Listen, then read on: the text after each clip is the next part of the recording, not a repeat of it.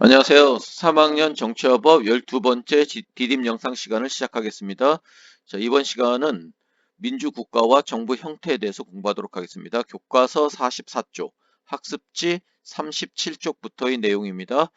그래서 이 단원에서는 대통령제와 의원내각제를 잘 구분하는 것이 중요합니다. 그래서 대통령제와 의원내각제가 갖고 있는 특징과 그 다음에 장점과 단점 이런 것들을 잘 비교하면은 되겠습니다. 그리고 덧붙여서 우리나라 정부 형태의 특징에 대해서 공부해 두면 되겠습니다. 우리나라 정부 형태는 대통령제 요소와 의원 내각제 요소가 함께 있죠. 그래서 요 내용들을 잘 정리하는 것이 중요합니다. 자, 그러면 하나하나 살펴보도록 하겠습니다. 먼저 정부 형태를 얘기할 때 가장 중요한 것은 뭐냐? 정부 형태를 얘기할 때는 바로 행정부와 입법부와의 관계가 어떠냐. 이것이 정부 형태를 판단하는 아주 중요한 기준입니다. 자, 이게 어떤 의미가 있는지 한번 살펴보도록 하겠습니다. 자, 먼저 한 국가의 권력 체계를 구성하는 것은 입법, 행정, 사법 이런 세 분야로 나누게 되죠. 그래서 각각 이런 어떤 입법, 행정, 사법의 어떤 통치 기구들이 서로 견제와 균형을 통해서 어떤 국민의 자유와 권리를 잘 지켜 지켜질 수 있도록 그렇게 어떤 운영이 되는 거. 자, 이런 걸 뭐라고 한다고 그랬죠? 그쵸, 바로 삼권 분립이라고 한다고 그랬죠. 그 삼권 분립을 주장한 유명한 학자가 바로 이 몽테스큐에라는 사람이죠. 그래서 법의 정신이란 책에서 입법, 행정, 사법의 삼권 이렇게 국가 권력을 나눠야지 국민의 자유와 권리가 잘 보호된다라고 주장하고 있죠. 자, 그래서 요 말이 중요할 것 같습니다. 입법부와 행정부의 관계에 따라서 자, 어떻게 될까요? 그렇죠. 이렇게 입법부와 행정부가 서로 나누어져 있으면 대통령제고 서로 그 관계가 굉장히 끈끈하면 융합형이라고 해서 의원 내각제 형태가 되겠죠. 자, 그럼 입법과 행정부의 관계가 나눠져 있는지 아니면 끈끈한지 그 가장 중심이 되는 핵심적인 내용은 뭘까요? 그쵸, 바로 국민이 입법부와 행정부를 서로 따로따로 뽑는지 아니면은 입 입법부만 구성하고 입법부에 의해서 입법부를 국민이 선거를 통해서 구성하고 입법부에 의해서 행정부가 구성되는지 그 차이가 바로 중요한 차이가 되는 거죠. 자, 그리고 여기서 사법부는 당연히 어떤 독립적인 기관이죠. 대통령제든 의원 내각제든 다 독립적인 기관이기 때문에 사법부는 따로 생각할 필요가 없을 것 같습니다. 그래서 입법부와 행정부의 관계가 어떠냐 이것이 중요하다는 얘기했습니다. 그리고 절충형으로는 프랑스에서 볼 수 있는 이원 정부제에 대해서도 잠깐 살펴보는 시간을 갖도록 할게요. 자, 그러면 여기 나온 그림처럼 국민이 선거를 통해서 자, 의회, 국회도 구성하고 선거를 통해서 행정부, 수반도 뽑고 자, 이렇게 되면 이게 바로 대통령제의 어떤 그런 그 구성 원리가 되는 거죠. 그래서 입법부와 행정부가 국민에 대해서만 책임을 지면 되니까 서로 이렇게 융합할 필요가 없죠. 분리되어 있는 형태다.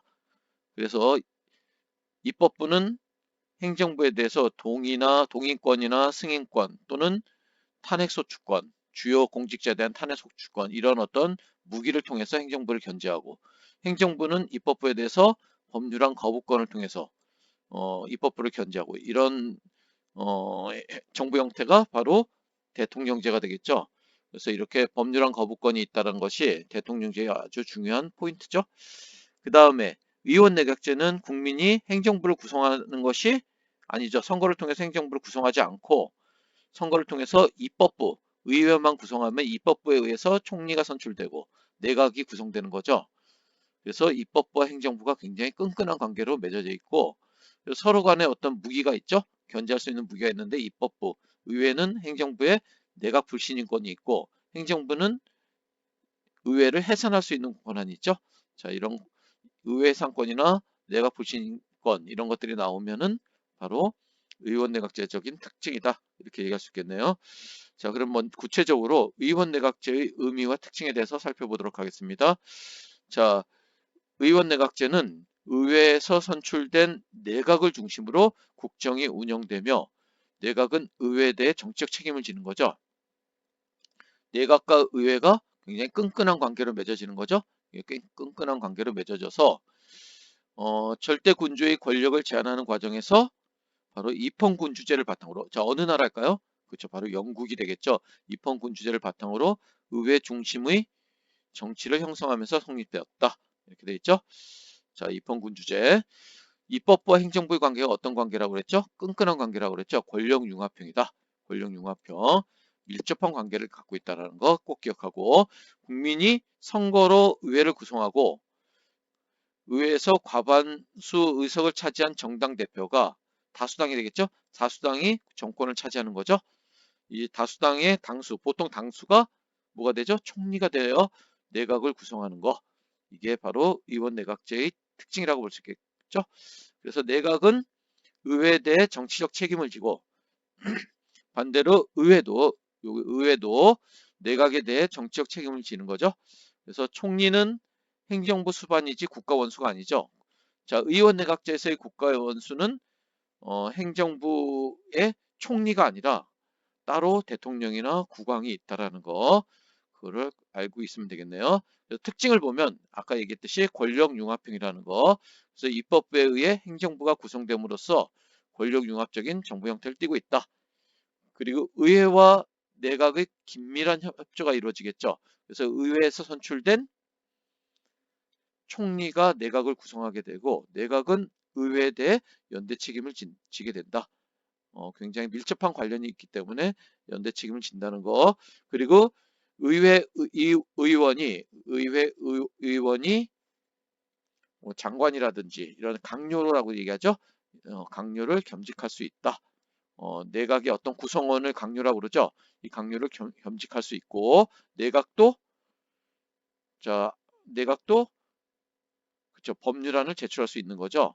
자, 의회의 고유 권한이 아니라 이 법률안을 제출할 수 있는 권한은 의회 의원뿐만 아니라 이렇게 내각도 법률안을 제출할 수 있으면 의원 내각제적인 요소입니다. 그 다음에 의회와 내각이 서로 견제와 균형을 이룰 수 있는 무기를 갖고 있다는 거죠. 의회는 내각에 대해서 너네 일 잘못하니까 너네 물러나 라고 불신임권을 행사할 수 있고, 그러면 내각도 가만히 있을 수 없겠죠. 의회 이 불신임권에 대해서 그냥 물러나든지 아니면은 우리만 물러날 수 없지 니네도 물러나 라고 얘기할 수 있는 것이 의회 해상권. 이렇게 서로 각각 견제를 할 수 있는 무기를 갖고 있죠. 자, 이런 불신임권과 의회 해상권은 바로 의원 내각제에서만 볼 수 있는 그런 어떤 독특한 견제 수단이라고 볼 수 있습니다. 그 다음에 국가 원수는 행정부의 수반은 총리지만은 국가 원수는 따로 있죠. 의원 내각제에서는. 그래서 국왕과 대통령이 국가 원수로서의 역할을 하고, 국가 원수는 명목상 존재할 뿐 실질적인 통치 권한은 보통 없는 경우가 많죠. 그리고 정치적 실권은 행정부 수반인 총리에게 있다. 자, 이렇게 움직이는 것이 의원 내각적인 특징입니다.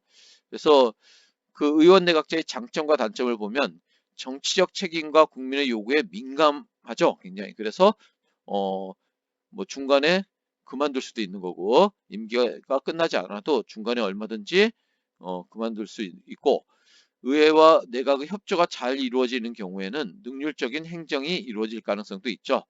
빨리빨리 일 처리가 된다든지 신속하게 처리해야 될 정책이 있을 때 그거를 빨리 처리할 수 있는 그런 어떤 능률적인 행정이 가능하다라는 거, 이런 점이 장점인데 비해서 단점은 군소정당, 다시 말하면 조그만한 정당들이 굉장히 이렇게 여러 정당들이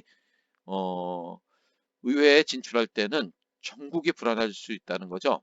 그래서 다수당을 차지하는 정당이, 그러니까 과반수를 넘기는 정당이 없을 경우에는 그런 과반수를 넘기기 위해서 조그만 정당들이 서로 뭉쳐서 내각을 구성하게 되죠. 그럴 때를 우리가 연립 내각이라고 그러는데 전국이 불안정해질 수 있겠죠. 이런 경우에. 그 다음에 자, 반대로 의회 다수당이 과반수를 넘은 경우에는 혼자서 단독 내각을 형성할 수 있고 그런 경우에 능률적인 행정을 한다라는 그런 명목하에 자기 마음대로 그런 어떤 횡포를 부릴 수가 있는 거죠. 그런 단점도 있을 수 있다라고 얘기했습니다. 그래서 좀 더 알아보면은 내각 불신인권과 의회 상권에 대해서 아까 얘기한 거 요거 각각 어떤 그런 무기를 갖고 있다라는 얘기 했었죠. 이런 거 나오면은 의원 내각제적인 요소라는 걸 알고 있으면 되겠습니다. 다음으로 대통령제의 의미와 특징에 대해서 살펴보도록 하겠습니다. 자, 대통령제는 자, 가장 대표적인 나라가 어떤 나라일까요? 그쵸, 미국이죠. 바로 미국. 자, 미국에 의해서 제일 처음 나온 그런 정치 형태라고 볼 수 있고 대통령을 중심으로 국정이 운영되는 정부 형태고 국민에 의해 선출된 대통령이 뭐가 되는 걸까요? 그쵸? 국가 원수이자 행정부 수반으로서의 권한을 행사하는 정부 형태다. 이렇게 얘기할 수 있습니다. 자, 우리나라도 바로 대통령 중심제라고 볼 수 있는 거죠. 자, 이렇게 왜냐 하면은 가장 중요한 점은 국민이 대통령을 직접 선출한다는 점에 있죠. 그렇게 되면은 어떤 정부 형태의 중심은 대통령제라고 볼 수 있고, 자, 그 다음에 성립 배경을 보면은 영국으로부터 독립한 이후 강력한 중앙정부의 필요에 따라서 형성되었다. 이렇게 얘기할 수 있고, 자, 그러니까 중앙정부의 어떤 힘이 강력할 필요가 있을 때 바로 이 대통령제와 밀접한 관련이 있는 거죠. 입법부와 행정부의 관계가 굉장히 상호 독립적이다. 권력 분립이 이루어지고 있다. 엄격한 권력 분립이 이루어지고 있다. 왜 선생님이 그렇게 얘기할까요? 바로 입법부를 구성하는 것도 국민이 직접 선거에 의해서, 행정부를 구성하는 것도 국민이 선거에 의해서 구성하게 되는 거죠. 그러니까 엄격한 권력 분립이다. 이렇게 얘기할 수 있겠네요. 그 다음에 대통령과 행정부는 자, 뽑아준 사람에게 정치적 책임을 지면 되는 거죠. 그러니까 행정부든 입법부든 전부 다 국민에 대해서 책임을 지는 거죠. 그러니까 상호 어, 좀 견제와 균형을 이룰 수 있는 엄격한 권력 분립이 이루어지고 있다. 이렇게 얘기할 수 있겠네요. 자, 그 대통령제의 특징에 대해서는 자, 잘 한번 살펴볼게요. 엄격한 권력 분립이 된다는 얘기 했었죠. 행정부와 입법부 간의 엄격한 권력 분립으로 견제와 균형의 원리에 충실한 정부 형태다. 자, 상권 분립론에 기초하고 있다. 이런 얘기 했습니다. 입법부 행정부가 상호 독립적이다. 대통령과 의회 의원은 각각 국민의 선거에 의해 선출된다고 그랬죠. 이렇게 각각 대통령과 의회 의원을 각각 뽑는 선거 제도가 있으면은 이건 대통령제적인 요소라는 걸 그리고 서로 이렇게 분립되어 있는 거죠. 그러니까 의회 의원은 장관이라든지 이런 강요를 겸직할 수가 없죠. 자, 이렇게 강요를 겸직할 수 없는 장관이 될 수 없는 거 그런 형태가 바로 대통령제 형태라는 걸 알 수 있습니다. 그 법률안 제출권은 의회 의원만 가능하다라는 점. 자, 행정부는 법률안 제출권이 없다라는 점. 이게 바로 순수한 의미의 대통령제의 특징이다. 이렇게 얘기할 수 있습니다. 나머지 특징은 다음 디딤 영상에서 하도록 하겠습니다.